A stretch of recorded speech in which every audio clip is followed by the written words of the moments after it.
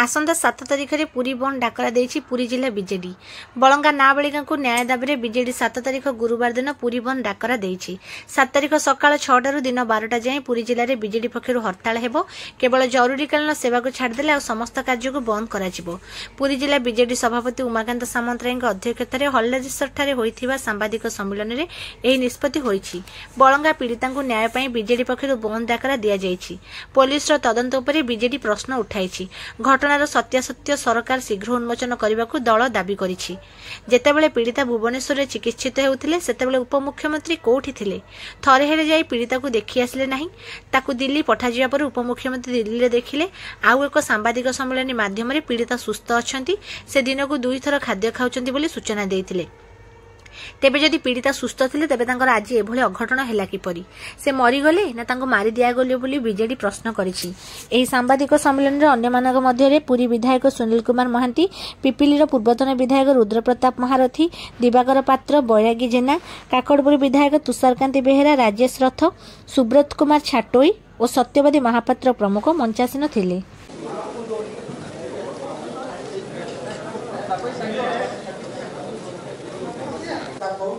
पीड़िता मृत्युवरण कला तुरंत राज्य सरकार उपस्थित अच्छी राज्य सरकार निर्णय सरकार ये केवल कुंभ आपण मैंने निजे प्रचार प्रसार करते पीड़ितार कथा को नहीं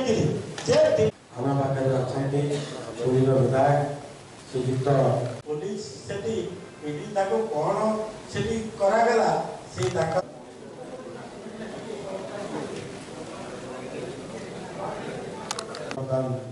विधायक युवा नेता रुद्रप्रताप महारथी महोदय आम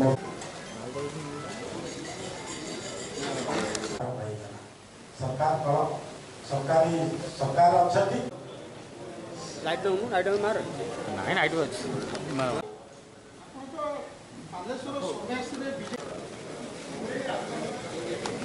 अपारक पुलिस जो माने अछंती से माने आज पर्यंत मध्य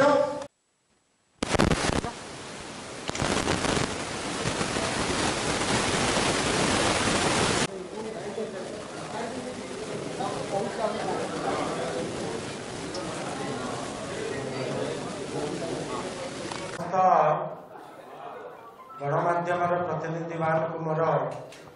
नमस्कार। आज सांबादिक सम्मेलन में उपस्थित अच्छी राज्य सरकार पूर्वतन मंत्री एवं काकटपुर विधायक श्रीयुक्त तुषारकांति बेहेरा महोदय, आम पाखे अच्छा पुरी विधायक श्रीयुक्त सुनील महांती महोदय, आम पाखे अच्छा पिपिलीर पूर्वतन विधायक युवा नेता रुद्रप्रताप महारथी महोदय, आम पाखे अच्छा निमंत्रित अच्छा आमर युव सभापति श्रीयुक्त नारायण स्वाई महोदय एवं छात्र सभापति राजेश रथ महोदय अनुरोध करी दिजन देखिए मंच उपरक आसवाई राजेश बाबू नारू बाबू दुईजन देखिए मंच उपरक आसतु एवं समस्त प्रतिनिधिवृंद आज आम ये सांबादिक सम्मेलन डाकिबार उद्देश्य आपण मान समस्ते जानी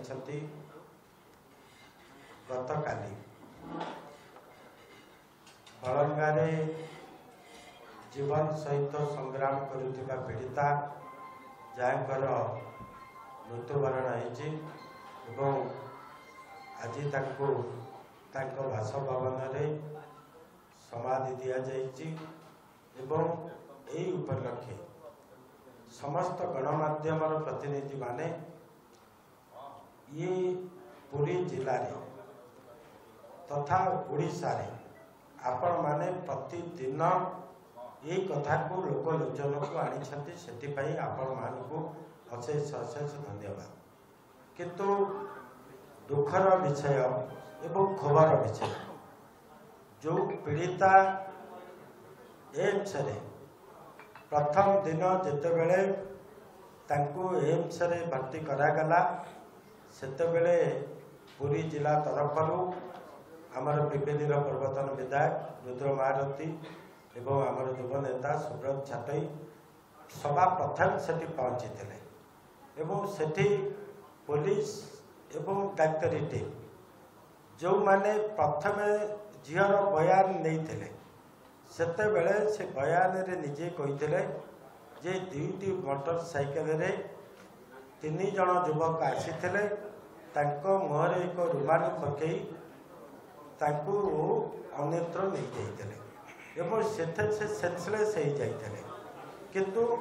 किछि समय पर जेतेबेले युवती देहरे निया लगे दिया जाइछि एवं से जलिला पर तार सेंस आसुछि सेतेबेले से चित्कार कला पर स्थानीय लोक माने ताकू उद्धार करथिले एवं ताकू सेठी से बचैथिले तेणु आज जितेबले दिल्ली एम्स रु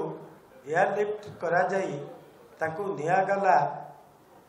दिल्ली एम्स को जितेबले एयरलिफ्ट करा जाई नियागला दिल्ली रे सेतेबले समस्त गणमाध्यम दिल्ली रो प्रतिनिधि माने सेमाने मध्य भी कही रखिते जे पीड़ितार अवस्था सुधुरुछि निजे उप मुख्यमंत्री से भुवनेश्वर एम्स को 2 दिन भितर गोटे मिनिट मध्य भी आसीपारे ना किंतु सेठारे दिल्ली जाई निजे गोटे प्रेस मीट डाकी सेठी से तांकर मत रखिले जे पीड़िता अनेकांश सुस्थ होगा जाउछंती एवं तांको चिकित्सा ठीक रूपे चली एभली भी कहले पीड़िता 2 थर खियापिया कलानी एवं मु निजे सब तर्जमा करी खूब शीघ्र से भल हे 2 दिन पर पुणी कौन है घोषणा कले जे पीड़ितार मृत्यु हो जाए ये एक रहस्य घर भितर एवं आमे कहवाक चाहूँ जो पीड़िता जिते बेले संपूर्ण रूपे कन्सियस सेते बेले निजे ताकर पुलिस जो स्टेटमेंट भुवनेश्वर ने से निजे जिते बेले कहले जे मते 3 जन युवक नहींकरी एभली कांड घटई पुणी तांकर बयान परिवर्तन दिल्ली एम्स रे